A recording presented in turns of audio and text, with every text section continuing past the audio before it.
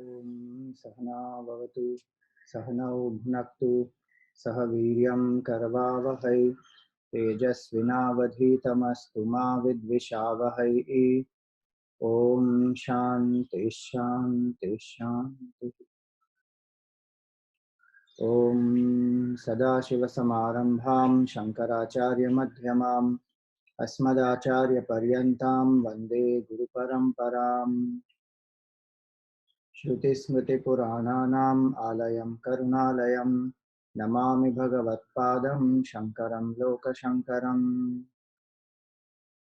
शङ्करं शङ्कराचार्यं केशवं बादरायणं सूत्रभाष्यकृतौ वन्दे भगवन्तौ पुनः पुनः। समस्तजनकल्याणे निरतं करुणामयं नमामि चिन्मयं देवं सद्गुरुं ब्रह्मविद्वरम्।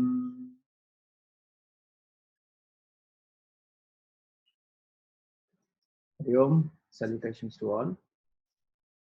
So in the Kathopanishad, we were seeing the second chapter, second Valli,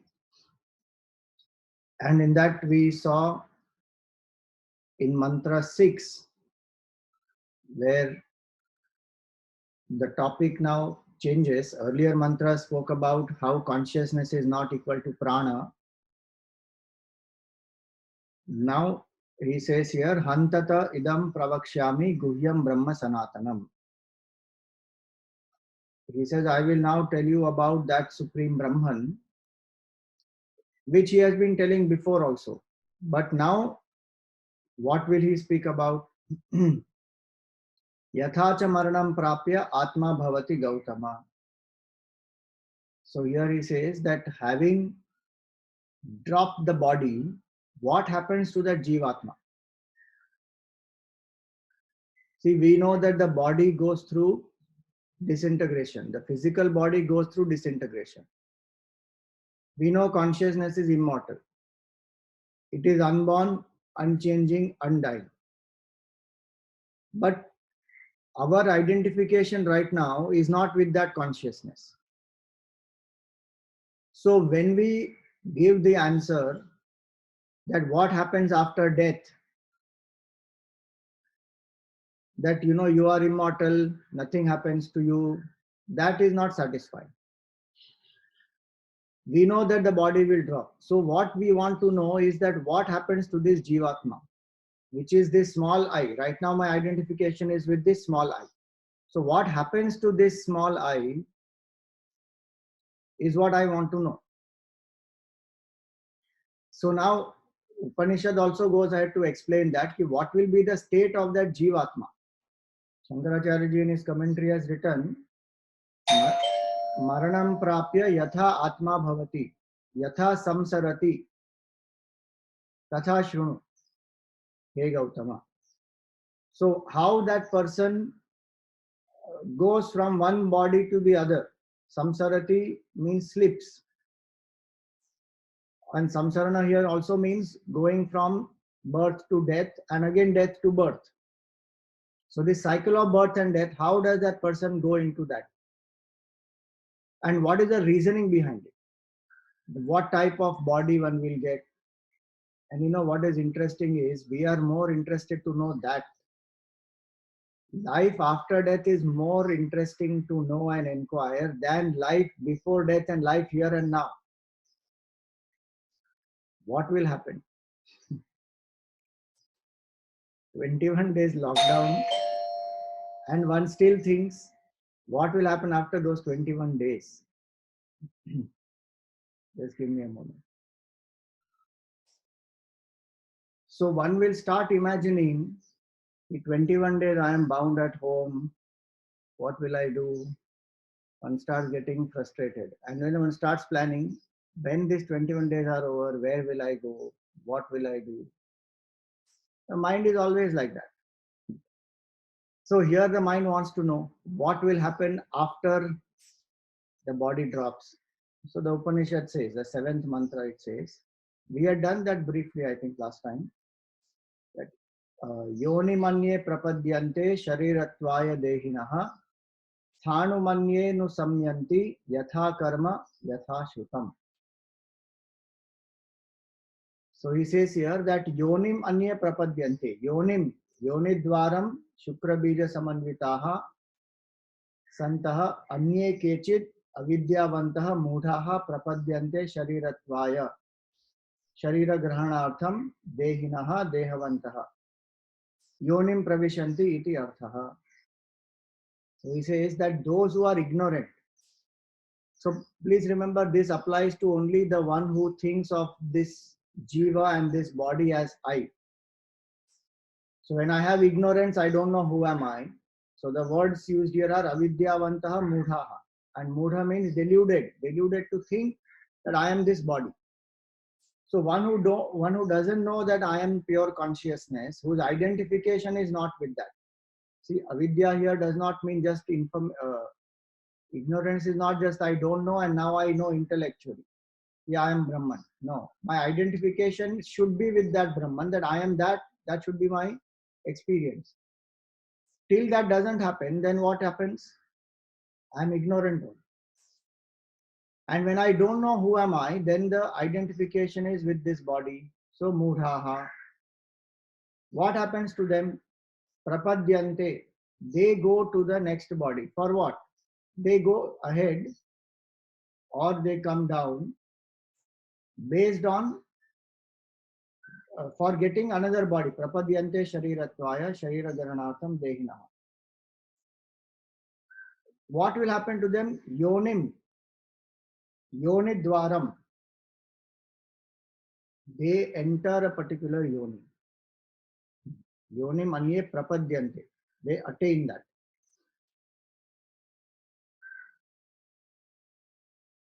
So what is a yoni? Yoni means a species. And to clarify that it is not just the living, sentient, 84 lakh living species is what the scripture says. Science today has a little variation. So when we say 84 lakh species, science will say it is somewhere around 90. Anyway, we have that many choices. In any of these we can go. And human species only is one. Not only I can go in the living one, sthanum anyenu sanyanti. He says sthanum, vrikshadi sthavara bhavam anye. One can even go into not just the moving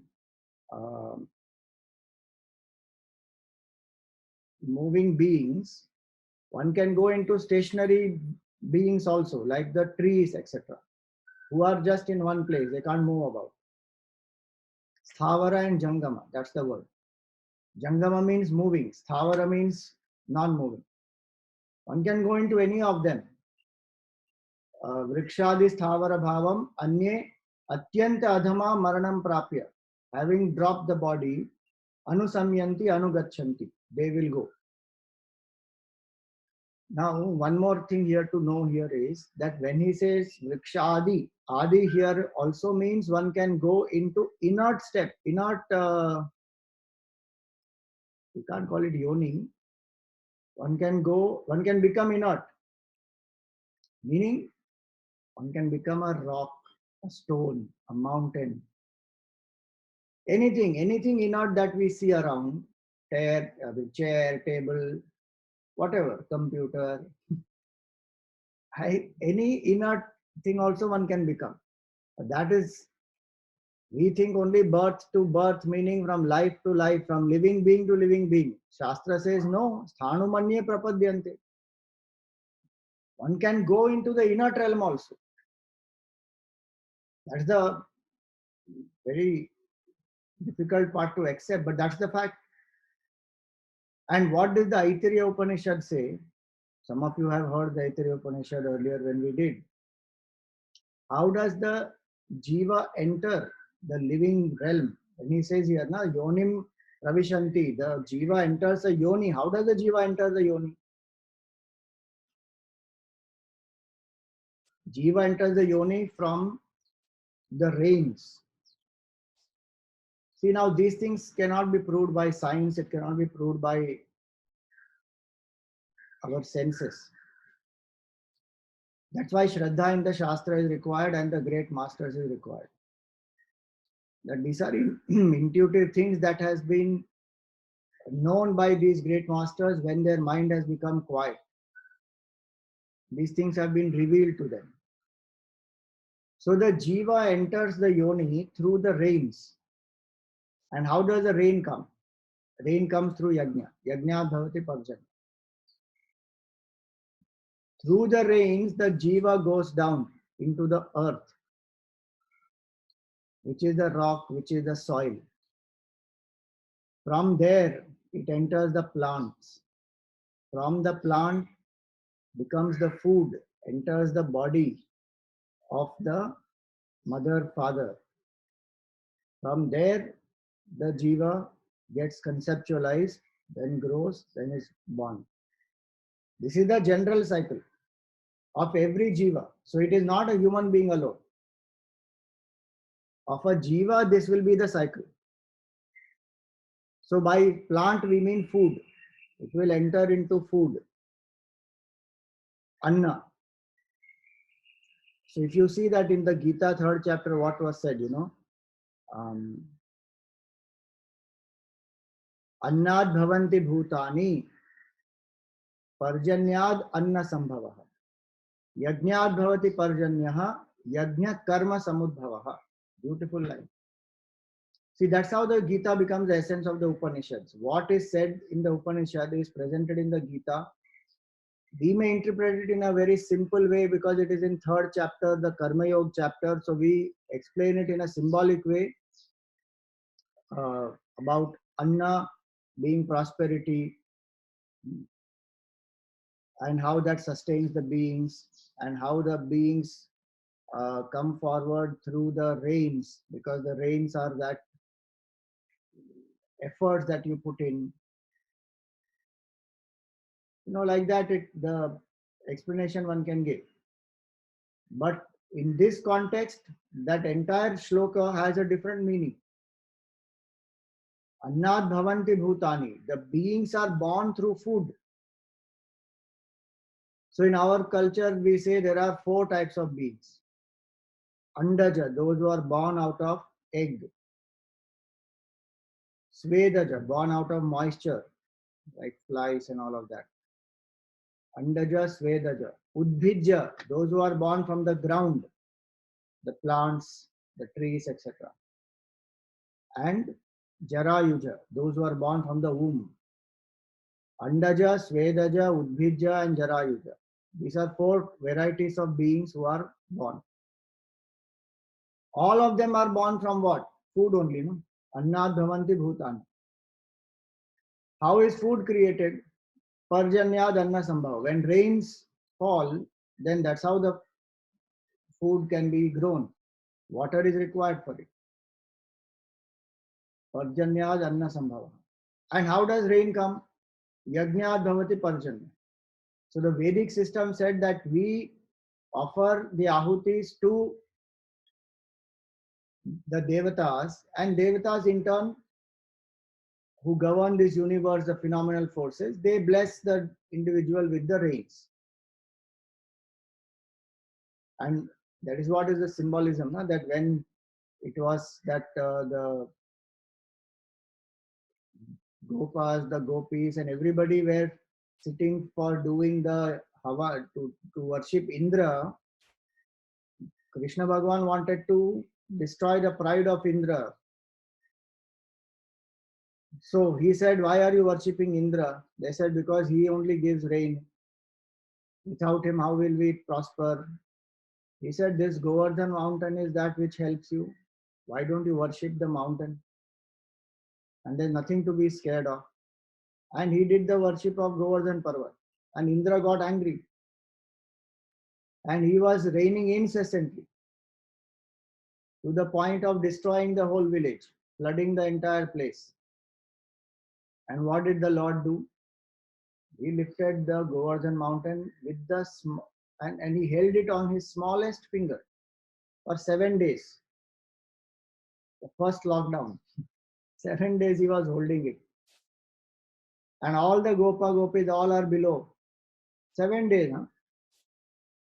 Nothing, not scared at all. Because Bhagwan is there, they have surrendered, they are all around him. Indra's pride also is humbled. People also started worshipping Govardhan Parvat. So many takeaways from that. One has to become more sensitive to the ecology. Not that we should not worship the divine forces.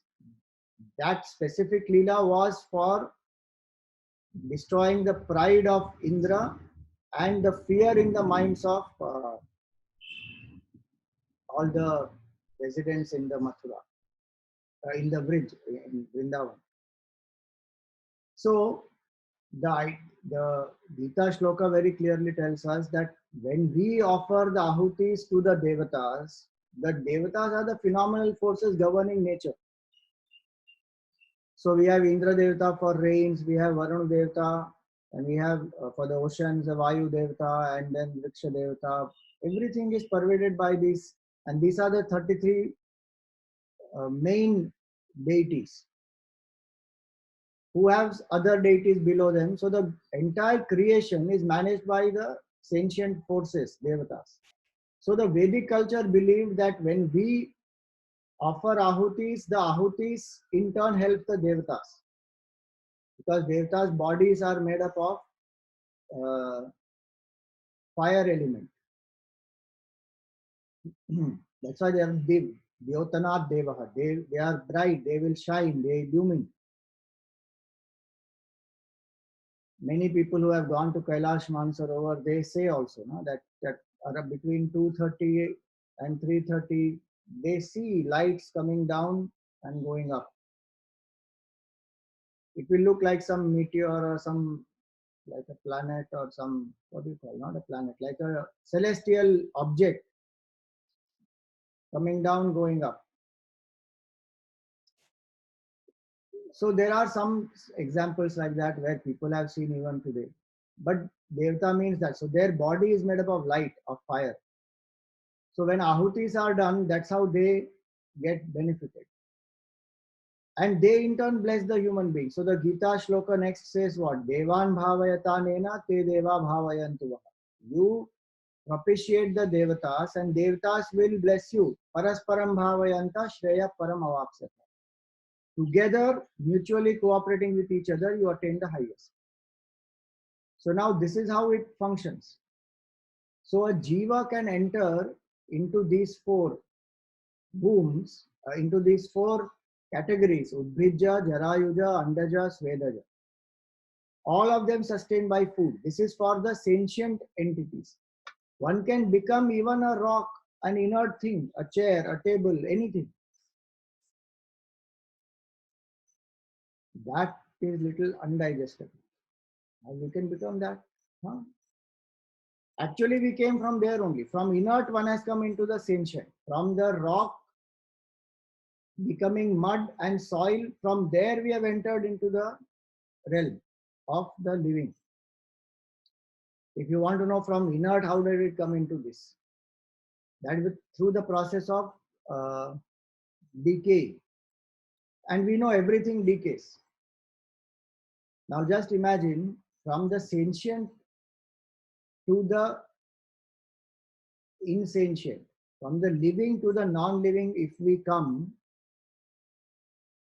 how much time it takes to go from the non-living back to the living? Because it will take time to degenerate also, to decay. They have no, I forgot now, in science we had learned long back. So many objects, they've given the timeline. This will take this many years to decay. This will take this many years, and there's some fossil fuel and all that for millions of years it is there. So like that, it takes long time to decay. Then slowly it becomes one with the earth and then it enters. Now, what is the basis? How will the jiva get into inert or a sentient or what? What will happen to that jiva? It is not a random thing. So, Thanumanye anusamyanti, meaning They will go into these realms, into these yonis. How? Yatha karma, yatha shrutam. Yatha karma. Yadyasya karma, tad yatha karma. Yaihi yadrisham karma iha janmani kritam. Tad vashena iti etat. So first criteria is as per my karma. What is my karma? As per that karma, I will get into the yonis. Sthavar yoni or Jangam yoni. See, Jangam yoni is still understandable. That if I do karma, which is sattvic, I will get into sattvic yonis. In the 14th chapter of the Gita, beautifully he says there, Urdhvam gachanti sattvasthaha. Those who are abiding in sattva guna, they go into higher worlds, into higher yonis. Urdhvam gachanti sattvasthaha. Madhye tishtanti rajasaha. Those who are very rajasic, they remain in the middle, meaning on the earth. Those who are fully established in sattva go to higher worlds. They need not come back to earth. They get into higher yonis also. Maybe highest is Brahma Loka, and then they get knowledge from there and get liberated. Rajasic ones, they will remain in the center, meaning earth. And adho gachanti tamasaha. Jaganya guna vrittisthaha adho gachanti tamasaha. Those who have inferior qualities and they abide in tamas, more and more tamas, then they go down into the lower yonis. Why should they go down? Because they are not having that purushartha capability to make use of the human body. Human body is meant for purushartha. If they're desiring to remain dull, inert, lazy, then nature says, okay, I might as well give you the lower yonis. So in that way, the gunas of a person determine their karma. And that karma determines how that person carries forward after dropping this body.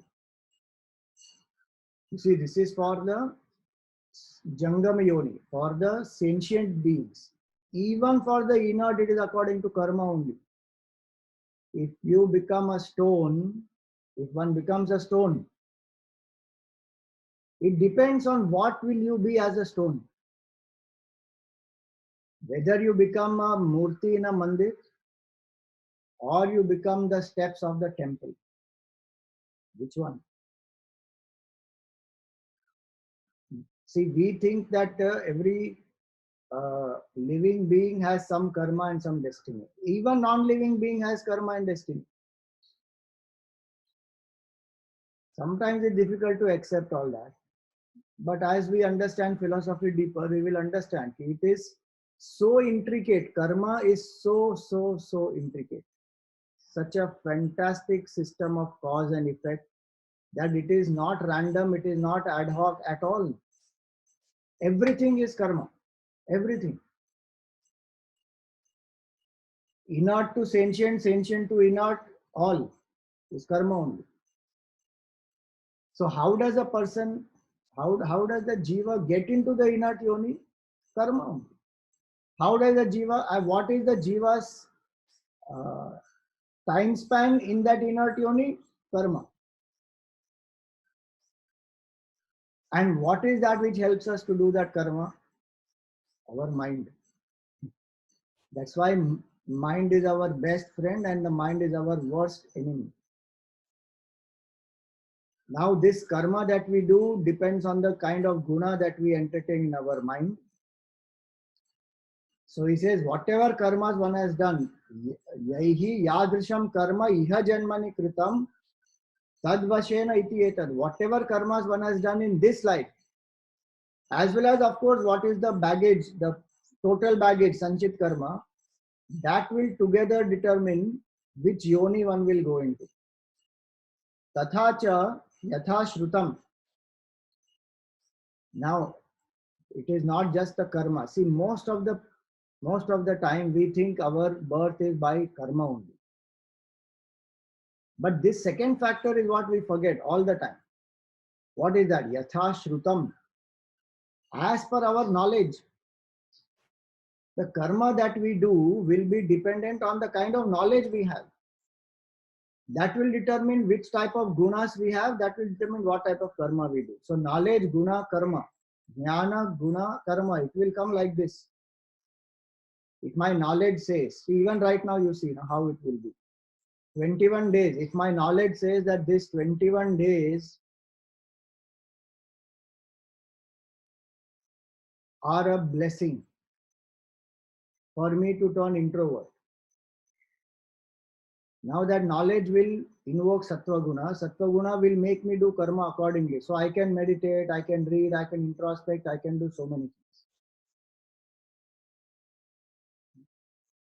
If my knowledge says that this is the time to enjoy,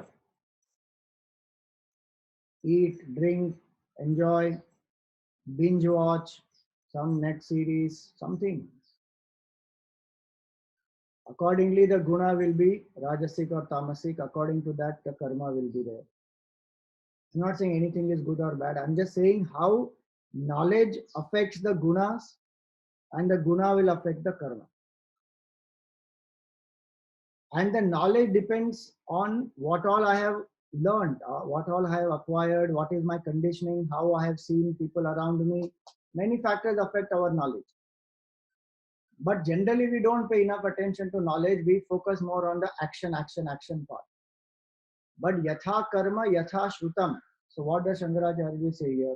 Tatha cha yatha shrutam, yadrisham cha vijnanam uparjitam, tad anurupameva shariram pratipadyanta iti arthaha. What kind of knowledge have I gained? Have I gained the knowledge that life is meant for higher evolution? Shankaracharya has quoted one scripture here saying, Yatha prajnam hi sambhavaha iti shruti antara. So he says, as per one's specific knowledge, as per one's buddhi, the knowledge is in the buddhi. So he says, as per one's buddhi, yatha prajnam hi sambhavaha.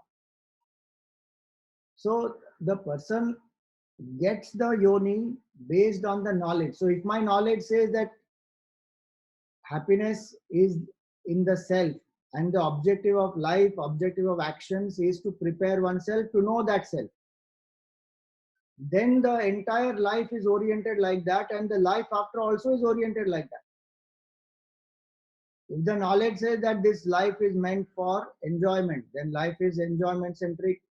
Further yonis also are swarga and those kind of yonis where one will want to enjoy. If one says no, life is meant for cultivating relationships, to exchange love, to be satisfied in relationships, then accordingly one will live here and then go to Pitrulok from here, the world of the ancestors, and continue there.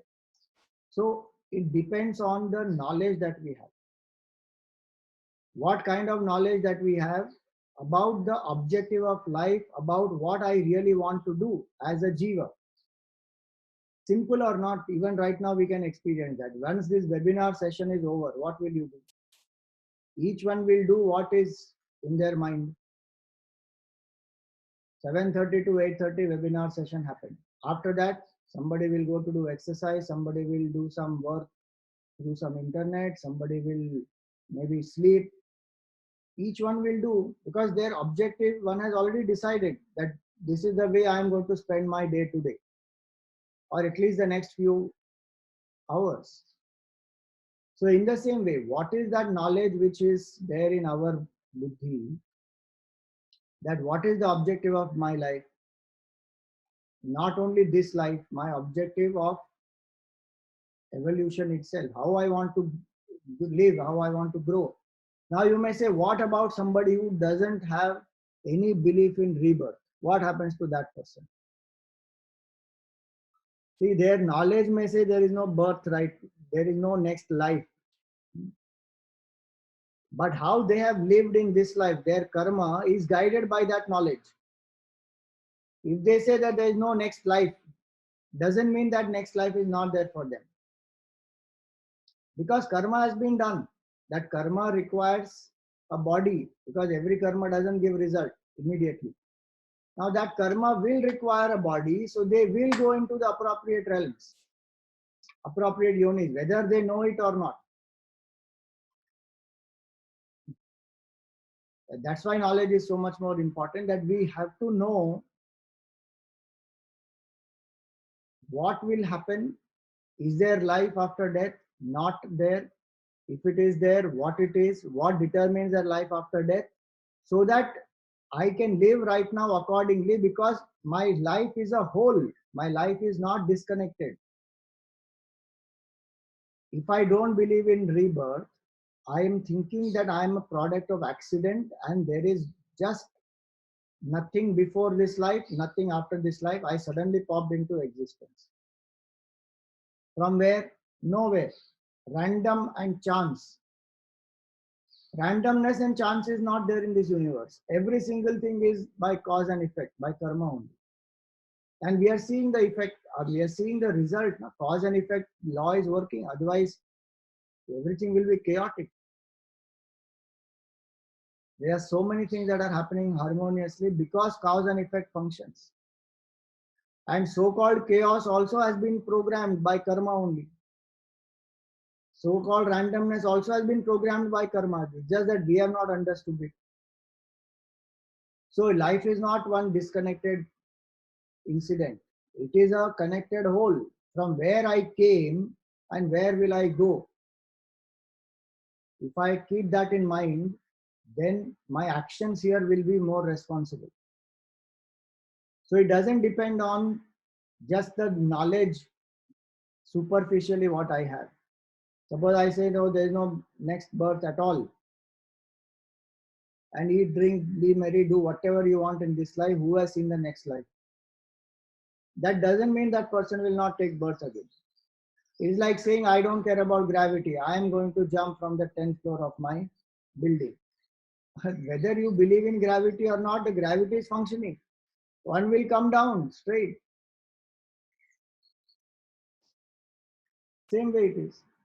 A child doesn't know that fire is hot. The child puts the hand, the fire will burn. So one who says, no, my knowledge says that I don't believe in reincarnation, so there will be no reincarnation for me. No, it will be still there. Why? Because the overall system is this. Whether I accept it or not, the system doesn't depend on my acceptance. But my acceptance makes me align with the system properly and make use of that system properly. That's why this is yatha karma, yatha shrutam. Now, this also makes us understand one more important aspect, that there is no question of partiality. Pakshapata is not there. There is no question of partiality in this uh, entire system of birth, death, and rebirth. There is no partiality. Bhagavan is not saying that this person is my devotee, so I will bless this person more and give better results to that person, better yoni to that person. And this person doesn't believe in me, so I will put that person down. No. In the Gita, again, Bhagavan said, Samoham sarva bhuteshu name dveshyosti na priya. I am equal to all beings. There is no one extra dear to me and nobody I hate. Then why are people having different results? That is their karma and their jnana. Yatha karma, yatha shrutam. So what should one do? Try to gain the knowledge, this bigger picture, now what Upanishad reveals to us, that we are on a journey to discover happiness, and till we don't discover our own true self, what Shankaracharya ji wrote in his Bhashya here, no? Avidyavanta mudhaha. To gain the knowledge of the self is the objective of life. Call it whatever name you want. One may call it moksha, one may call freedom, one may say permanent happiness, supreme bliss, Atma Jnan, self-realization, Sakshatkar, Ishwar Darshan, you know, any name. It doesn't matter what name we give. If the goal becomes clear, that is the objective of evolution, that is the objective of life itself, then I will fashion my life accordingly here also, and that will take care of the future also. But if I live in a pigeonhole and I say this much only, this is the life, that's all, then I am going to be stunned, surprised, suddenly, what happened? So many examples of people are there who have gone through near-death experience, who were non-believers, who did not believe in God, nor they believed in rebirth, and they went through a near-death experience where they ejected out of the body. And then they saw bodies lying down there, they are able to understand everything that people are going through around them. They have gone beyond this realm, passed through a tunnel, come in the presence of a divine light. So many things like that they have gone through.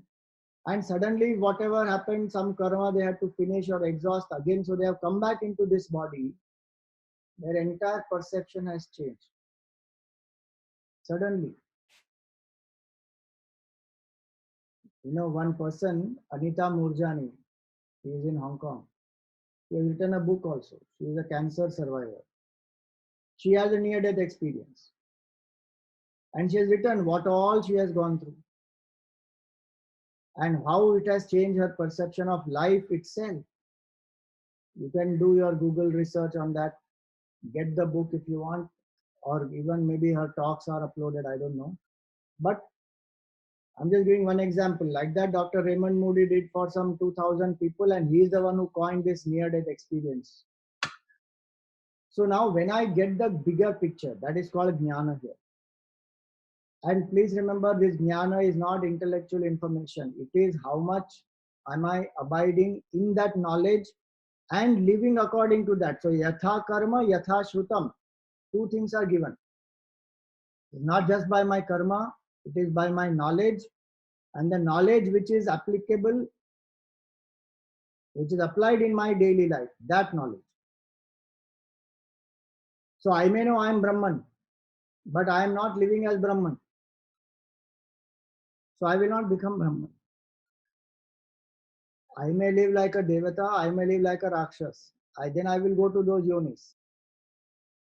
Or I may live like a human, Sattvic, Rajasic, Tamasic. It depends on so many of these, that how much knowledge have I internalized and I have applied. That will determine my life here and hereafter. So two things are important in this. One is to gain the right knowledge, the clarity of thinking about the path. See what happens while I'm living here. Every single thought and desire I think is a karma.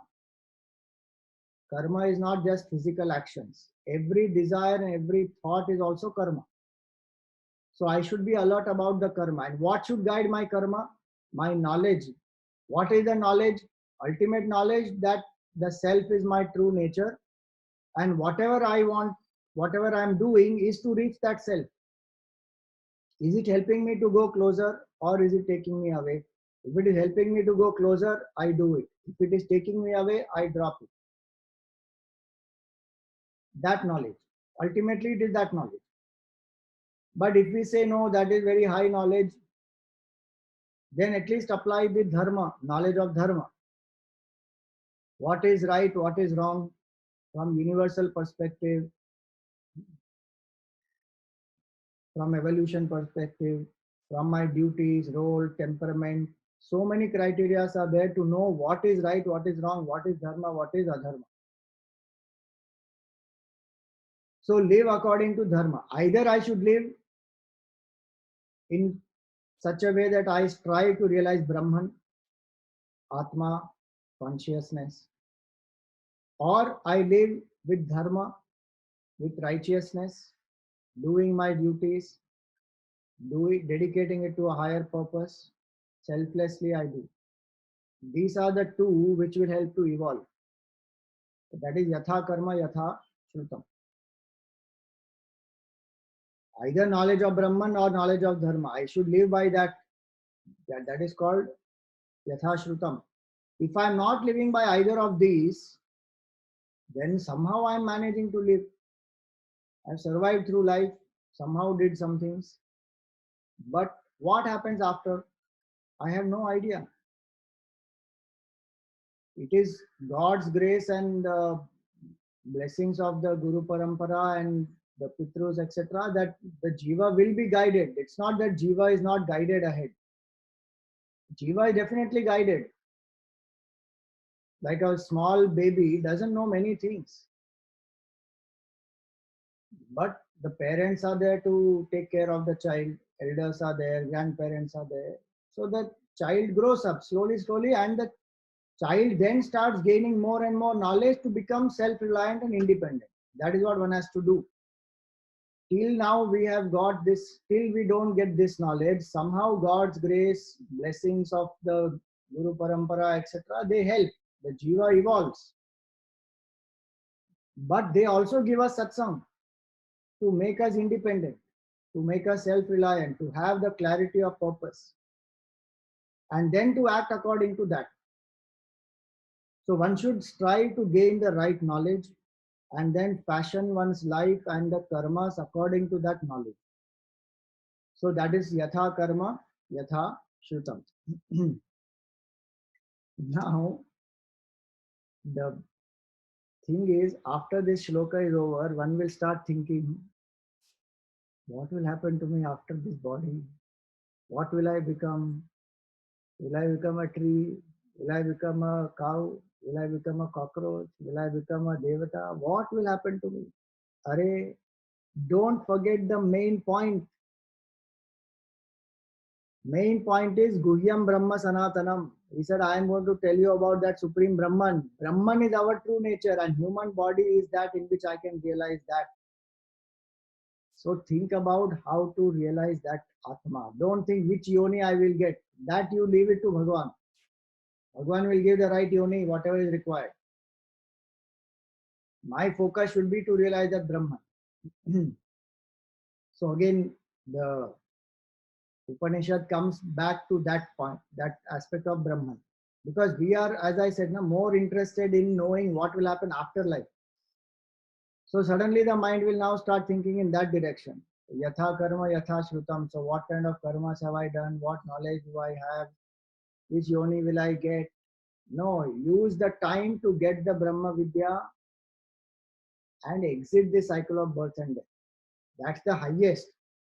No, Swamiji, but if that is not possible and difficult in this life, doesn't matter. Still focus on jnana, bhakti, seva, and purify the mind. That's all.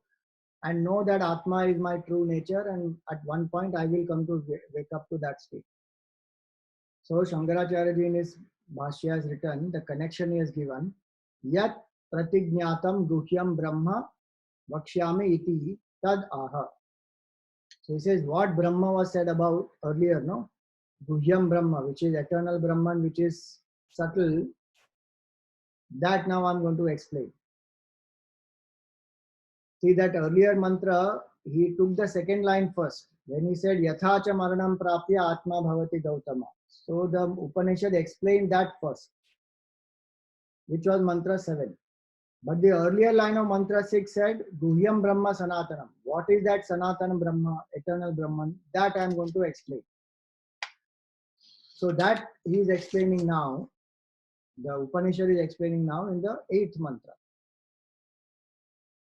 Ya esha sukteshu jagarti kamam kamam purusho nirmimanaha tadeva shukram tad brahma tadevamritamachyute tadevamritamuchyate tasmin lokashrita sarve tadunatyeti kaschana etadvaitat. So this is that Brahman. Which Brahman? See, earlier also he has pointed out Brahman. What the Upanishad does is in different ways, it tries to point out Brahman so that some way will click with us and we can contemplate using that way and realize a Brahman. So he says, Ya Esha Supteshu Jagrati. Now, always the tradition and the methodology followed in the Upanishad is to go from the known to the unknown. So now, here, what is known? The three states are known to us: waking state, dream state, and deep sleep state. Now, in this mantra, the dream state is used to explain to us about Brahma. So, what it says, Ya Esha Sukteshu Pranadishu Jagarti Na Swapiti Katham.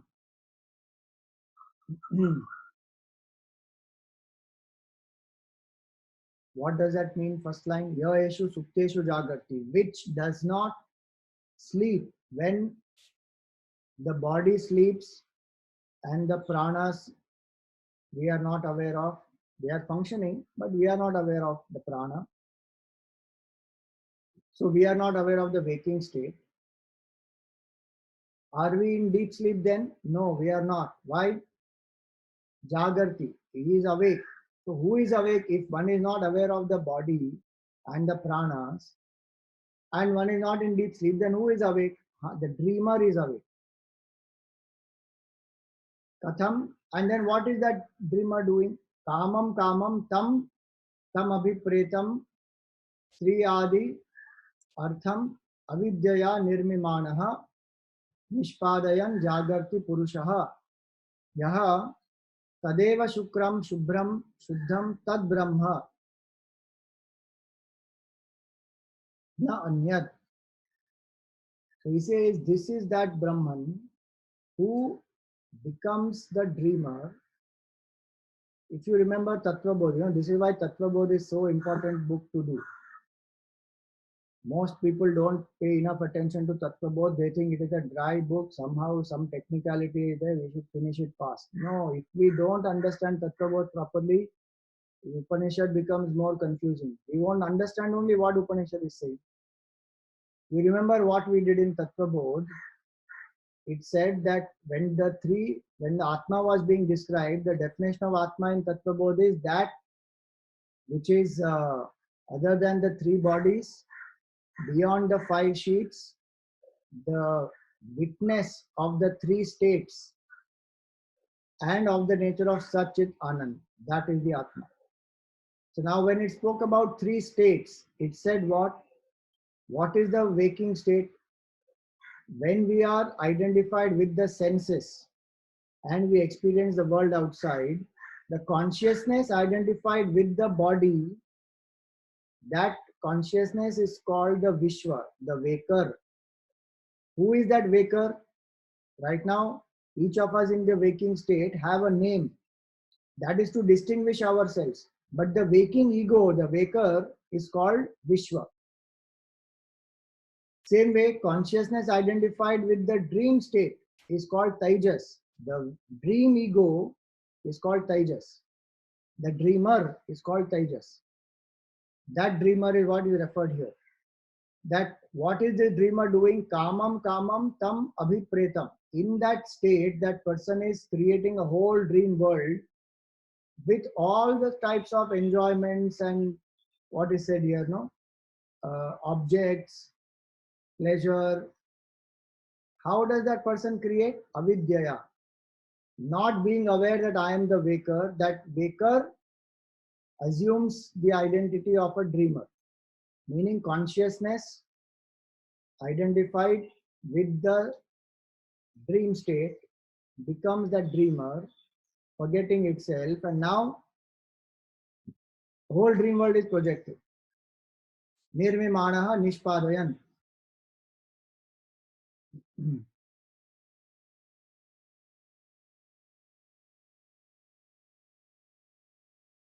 Now you say, where is consciousness in this? We forget that part. We think that the dreamer is independent or the waker is independent. But they are not. They are consciousness identified with the dream state becoming the dreamer, consciousness identified with the deep sleep state becoming the deep sleeper, and with waking state becoming the waker. Is one consciousness identifying with three states, assuming three different entities. And in the samadhi avastha, it drops all the three and it is by itself. That is turiya avastha. It is like the actor, no? The actor takes up, some movies are there in which one actor is playing double, triple role. He is a father also, he is the son also, and he is some villain also. All the three is the same person. Same person is playing three roles. And when that person is not playing any of the role, the person is the actor. In the same way here it is, we think that the dreamer is independent and the dream world is created. No, that's what we think about the waker also. That is, waker exists independent. Which consciousness, what consciousness? No, no, no. The jiva in me is consciousness identified with one BMR. Same way, the jiva, which is the dreamer, is consciousness identified with only the dream state or the subtle body. So he says that Esha Sukteshu Jagarti Kamam Kamam Purusho Nirmimanaha. Tadeva Shukram, that is pure Brahman. Shubhram means bright. Shuddham, pure. Meaning identified with the dream character. It appears as the dreamer, but actually that is the purest consciousness. Don't forget that. Like the actor is different from all these three roles that the actor is playing. He says, Tadeva Shukram Tad Brahma. No, Anyat, there is no other. If you think that there's some other consciousness and this dreamer is separate, then waker is separate. No, no, no, no. One consciousness appearing as all these. What does this mean? That I have forgotten that I am only all these in association with the upadhis. But without the upadhis, I am infinite. He says, Tadeva Shukram Tad Brahma. Tadeva Amritam Achyute. Amritam Uchyate, sorry. Na anyad guhyam brahma iti tadeva amritam avinashi uchyate sarva shastreshu. That Brahman is imperishable and you are that imperishable Brahman. Don't consider yourself as the body so identified with the waking state. Don't consider yourself as the waker. And identified with the dream state, don't think you are the dreamer or the jiva. Because this jiva is the one who goes from one birth to other, which was said earlier. If I think I am the jiva, then yatha karma yatha shrutam, I will keep going round and round in cycles of birth and death. In between inert and sentient, I will keep oscillating. But if I say, no, I am that Brahman, this is equipment, this is not me, then Amrita Avinashi, then I am imperishable. There is no rebirth, there is no birth, there is no death. Absolute standpoint is that. Kimcha prithivyadayoho lokaha tasminneva sarve brahmani ashritaha. Tasmin ashrita lokaha. All the 14 worlds, the substratum of those 14 worlds is this Brahman, imperishable Brahman. And what is Vedanta saying? Etad Vaitat, you are that. It is the highest. Sarva Loka Karanatvat Tasya, because it is the cause of all the 14 worlds, all the 84 lakh species, all the inert things. It is the basis of all these. Taduna Atyeti Kaschana.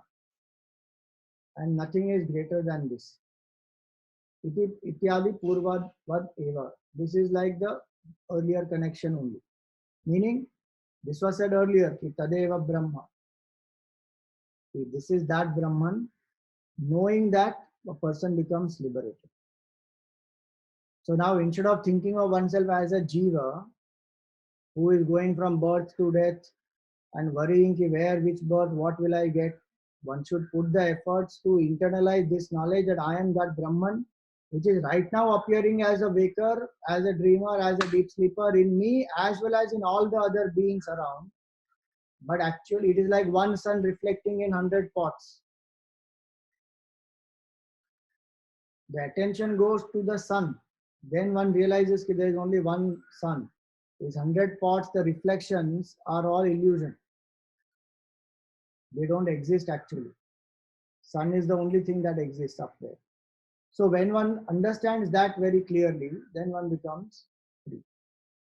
So for today, that is where we will stop. If there are any questions, you can unmute and ask.